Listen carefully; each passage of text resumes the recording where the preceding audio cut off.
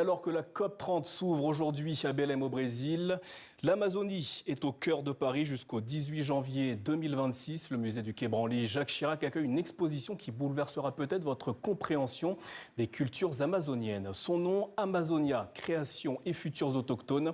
Plus de 200 œuvres dialoguent entre collections historiques et créations contemporaines, offrant une vision radicalement nouvelle de l'Amazonie. Pour en parler, nous recevons Leandro Varisson, anthropologue et également chercheur au sein du musée du Quai Branly. Bonjour et merci d'être avec nous.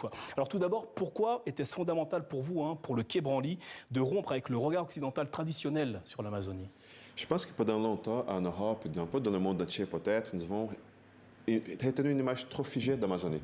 L'Amazonie est une forêt. On réduit l'Amazonie à une forêt. On oublie toute la complexité de cette région.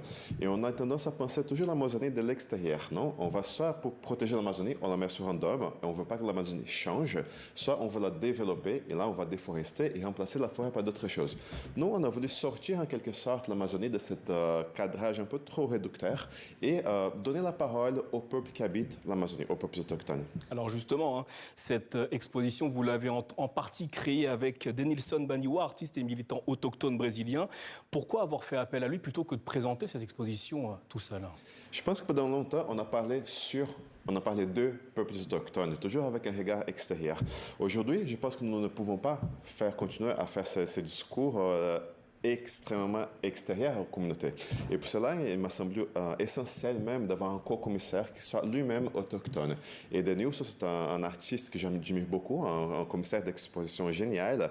Et je pense que ce genre de dialogue permet de rendre l'histoire plus complexe et moins stéréotypée, je pense. Alors, au-delà de Denilson Baniwa, comment les peuples autochtones ont-ils apporté leur pierre à l'édifice de cette exposition? Nous avons associé à la création de l'exposition à la fois des chercheurs autochtones et des savants autochtones, beaucoup d'artistes autochtones, bref, des individus et des collectifs avec qui nous avons discuté sur comment on va présenter leur culture, comment on va s'insérer dans un espace qui se trouve loin de l'Amazonie, comment on va parler d'eux à un public blanc, non, un public européen.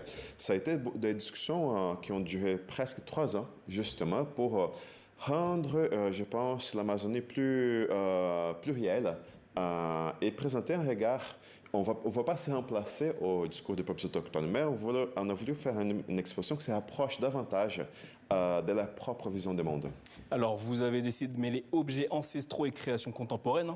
Qu'espérez-vous qu'attendez-vous que cette juste exposition, apporte aux visiteurs? Oui, en effet, nous avons voulu rompre en quelque sorte ces catégories qui, encore là, une fois, sont extérieures à l'Amazonie. Non, on a une tendance à présenter ces collections divisées en des catégories qui font du sens peut-être pour les objets européens, des objets archéologiques, des collections ethnographiques, de l'art contemporain. On a voulu faire l'impasse sur cette catégorie pour confronter justement toutes ces créations amazoniennes, pour montrer qu'elles sont toutes contemporaines, non?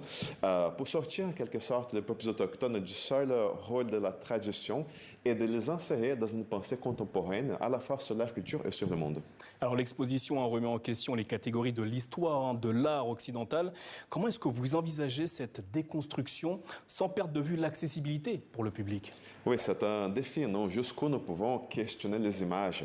Nous avons décidé de partir des collections existantes déjà.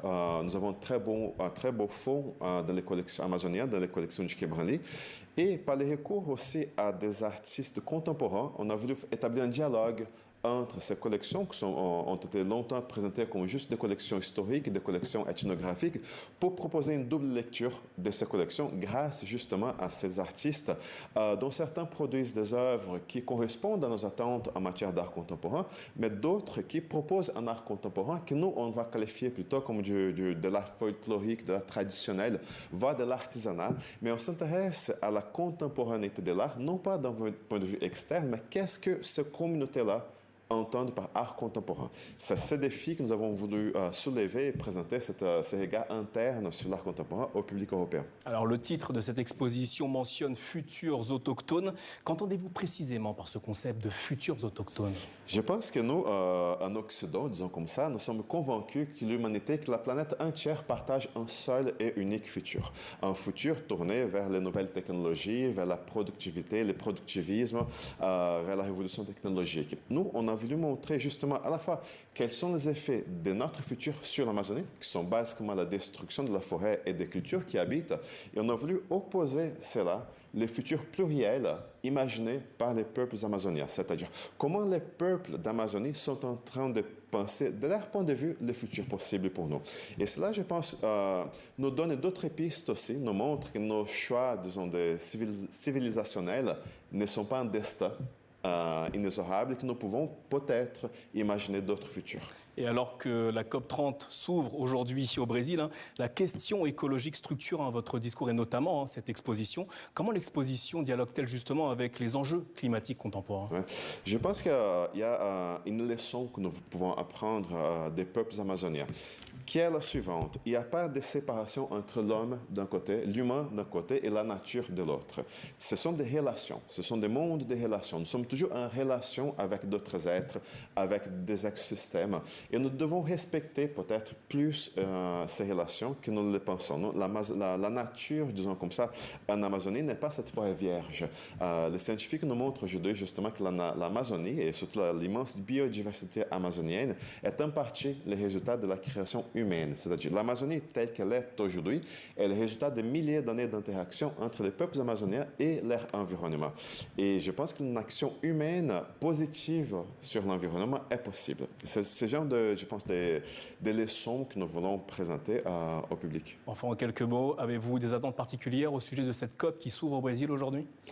Je pense que j'aurais peut-être une attente, un souhait, que ce soit que les peuples autochtones qui se rendent à Belém pour participer de cette COP, qu'ils puissent participer des négociations et qu'ils soient entendus. Je pense que rien que si nous arrivons à ces points-là, c'est déjà une victoire. Leandro Varisson, merci d'avoir répondu à nos questions aujourd'hui. Amazonia, création et futurs autochtones, c'est à voir jusqu'au 18 janvier prochain au musée du Quai Branly Jacques Chirac à Paris. Merci à vous. Merci Namouri.